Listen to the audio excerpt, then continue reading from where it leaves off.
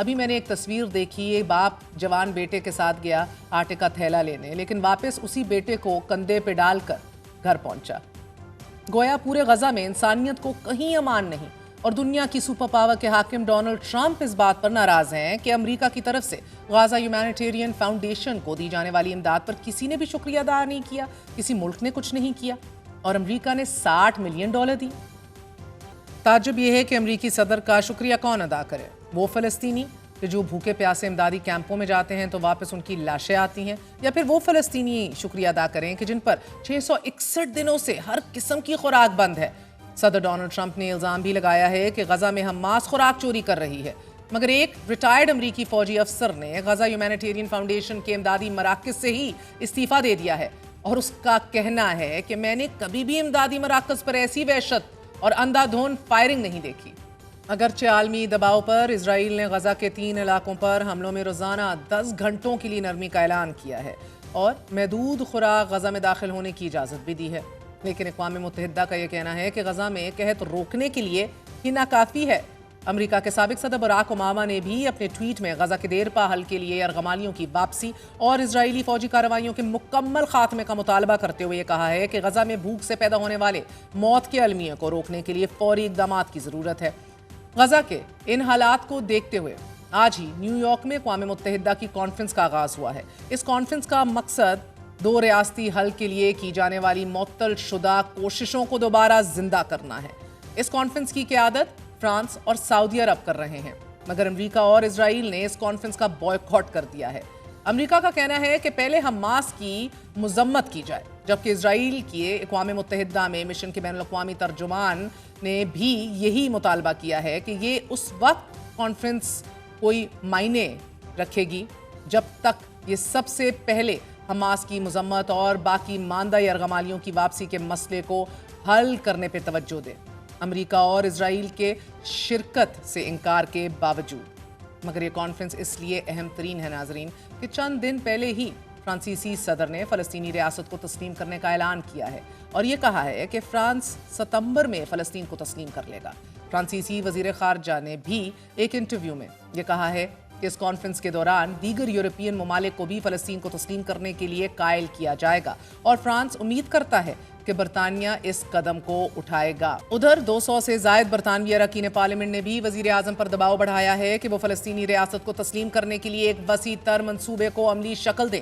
اسی طرح آسٹریلوی قانون سازوں نے بھی آسٹریلوی حکومت سے یہ مطالبہ کیا ہے کہ وہ فلسطینی ریاست کو تسلیم کرے۔ AFP کے مطابق 193 ممالک میں سے 142 ممالک اب فلسطین کو بطور ریاست تسلیم کرتے ہیں۔ رائٹرز کے مطابق امریکی محکمہ خارجہ کے ترجمان نے بھی نیو یارک میں ہونے والی اس کانفرنس کو حماس کے لیے ایک تحفہ قرار دیا، جبکہ اقوام متحدہ میں فلسطینی سفیر ریاض منصور کا یہ کہنا ہے کہ یہ کانفرنس بین الاقوامی قانون اور عالمی اتفاق رائے کو ایک قابل عمل منصوبے میں تبدیل کرنا، تنازع کو ہمیشہ کے لیے ختم کرنا اور قبضے کو ختم کرنے کا ایک منفرد موقع فراہم کرتی ہے۔ اقوام متحدہ کے انسانی حقوق کے ہائی کمشنر والکر ٹرک نے بھی یہ مطالبہ کیا ہے کہ اسرائیل فلسطینی علاقوں پر اپنا غیر قانونی قبضہ فوری ختم کرے اور تمام فریقین 2 ریاستی حل کے لیے کام کریں۔ دنیا اس کانفرنس کو اس کی کارکردگی کی بنیاد پر پرکھیں گے۔ اہم ترین یہ کانفرنس ہے۔ سلامتی کونسل کے بارہا اجلاس قطر میں ہونے والے اسرائیل حماس کے بار بار مذاکرات کے باوجود مسلسل ناکامی کے بعد اب اس کانفرنس سے دنیا کو امیدیں وابستہ ہیں، لیکن اسرائیل اور اس کا پش پناہ دونوں بضد ہیں کہ حماس کو غیر مسلح کر کے غزہ سے باہر نکالا جائے، اور یہ سب اس وقت ہو رہا ہے کہ جو غزہ کے 20 لاکھ باشندے غذائی قلت کا شکار ہیں۔ غزہ کی طرف بڑھنے والا ہر امدادی ہاتھ یا تو کاٹ دیا جاتا ہے۔ ان حالات میں پاکستانی نائب وزیر اعظم اسحاق ڈار اور ایرانی وزیر خارجہ عباس ارغچی کے درمیان ٹیلی فونک رابطہ بھی ہوا ہے، اور دونوں رہنماؤں نے غزہ میں انسانی بحران کے خاتمے اور امداد کی فوری فراہمی پر زور دیا ہے۔ اسحاق ڈار نے متحدہ عرب امارات کے وزیر خارجہ سے بھی ملاقات کی ہے، مگر جہاں غزہ میں انسانیت کٹ رہی ہے، اسرائیل اور امریکہ دونوں کو غزہ میں نسل کشی کا مجرم گردانا جا رہا ہے، وہاں ہمارے صدر اس امریکی جرنیل کو ستارہ امتیاز سے نواز رہے ہیں کہ جن کے بارے میں یہ بتایا جاتا ہے کہ غزہ پر اسرائیلی جنگ کے دوران امریکہ کی فوجی امداد کی نگرانی کا سہرا اسی امریکی جنرل کے سر جاتا ہے۔ Talk about priorities, talk about research, talk about clarity. یہی جنرل اسرائیل کی طرف سے ایران پر حملے کا بھی حامی رہا ہے۔ یہ ہمارا دھورا معیار ہے۔ ہمیں یہ طے کرنا ہوگا کہ ہم غزہ میں بپا کربلا میں کس قبیلے کے ساتھ کھڑے ہیں۔ آج کے لیے اجازت دیجیے، گڈ نائٹ، اللہ حافظ۔